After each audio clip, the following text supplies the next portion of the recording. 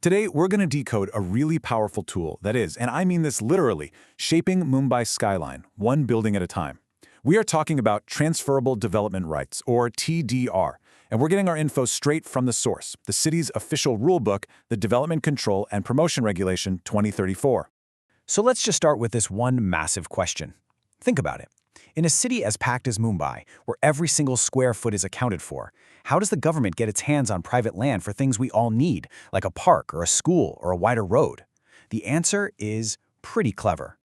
And yeah, this gets right to the heart of the problem that TDR was invented to solve. Mumbai is bursting at the seams. It's an island city, you know? It can't just expand outwards. So when you need land for public projects, buying it outright is incredibly expensive and can bring development to a grinding halt.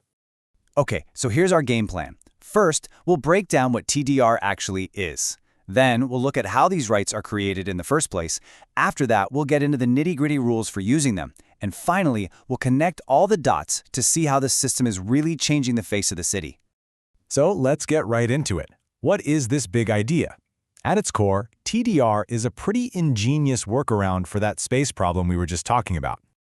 Here it is, in a nutshell. Instead of paying a landowner cash for their plot, the city gives them something else, the right to build more floor space. But here's the kicker.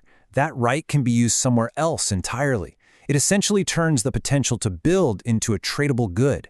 Now, this right isn't just a handshake deal, right? It's made official in a document called a Development Rights Certificate, or a DRC.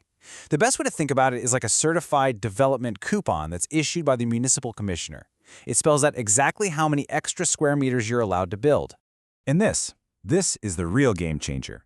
The regulations themselves call it a transferable and negotiable instrument. That's key. It means you can sell this coupon on the open market. It's not just compensation anymore. It's a financial asset that developers are actively buying and selling. Okay, so now we know what a DRC is. The next obvious question is, where do they come from? How are these valuable certificates actually made? Well, there are two main paths. The first way is simple. Land surrender. You own a plot, the city has marked it for a future park, you hand it over to them, and boom, you get a DRC. The second way is more hands-on. You can actually build that public amenity yourself, say a small clinic, and then hand over the keys and the land to the city. And the amount of TDR you get isn't just some random number. The rules are super specific.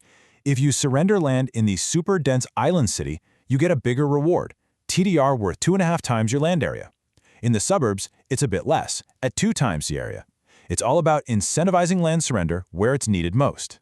And you know how cities hate waiting around for projects? Well, to get things moving faster, they've built in a little bonus.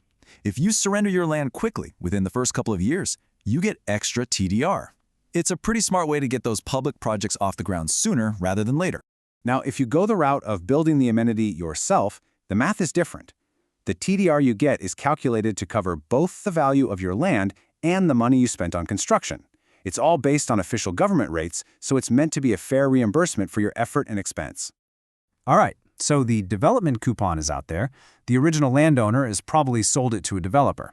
So how does that developer actually cash it in? This is where things get really interesting.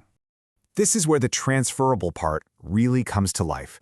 A developer building a new tower in, say, a prime area like Bandra can buy a DRC that was generated from a surrendered plot way out in the suburbs.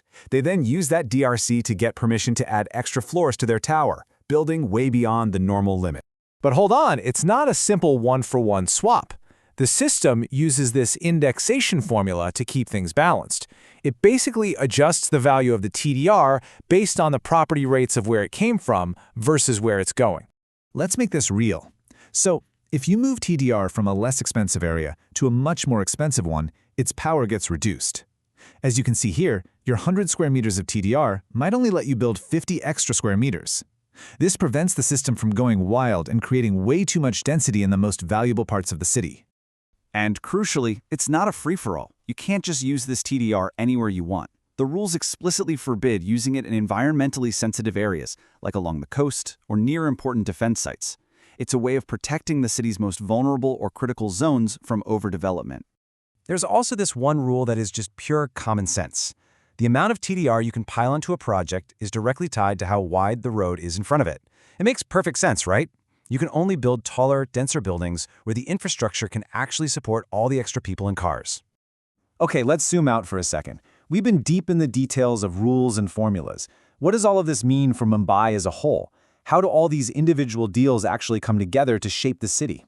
You can really think of it as a life cycle. It starts with a public good being created in one place, say a new park in a suburb. That action generates a DRC, which gets sold into the market and ends up fueling private high-density development somewhere else, like a new skyscraper in a prime neighborhood. It directly links public needs to private growth. And the people in charge of this whole complex orchestra? That's the city's municipal corporation. They're the ones performing this incredibly delicate balancing act, trying to make sure this market-driven system creates parks and roads without letting real estate development get out of control. So there you have it. That's Mumbai's TDR system. It's a fascinating, innovative way to build a city without spending billions on land. But it does leave us with one final, really important question to think about. As this system allows buildings to grow taller and neighborhoods to get denser, what's the long-term impact on the unique character and soul of the city itself?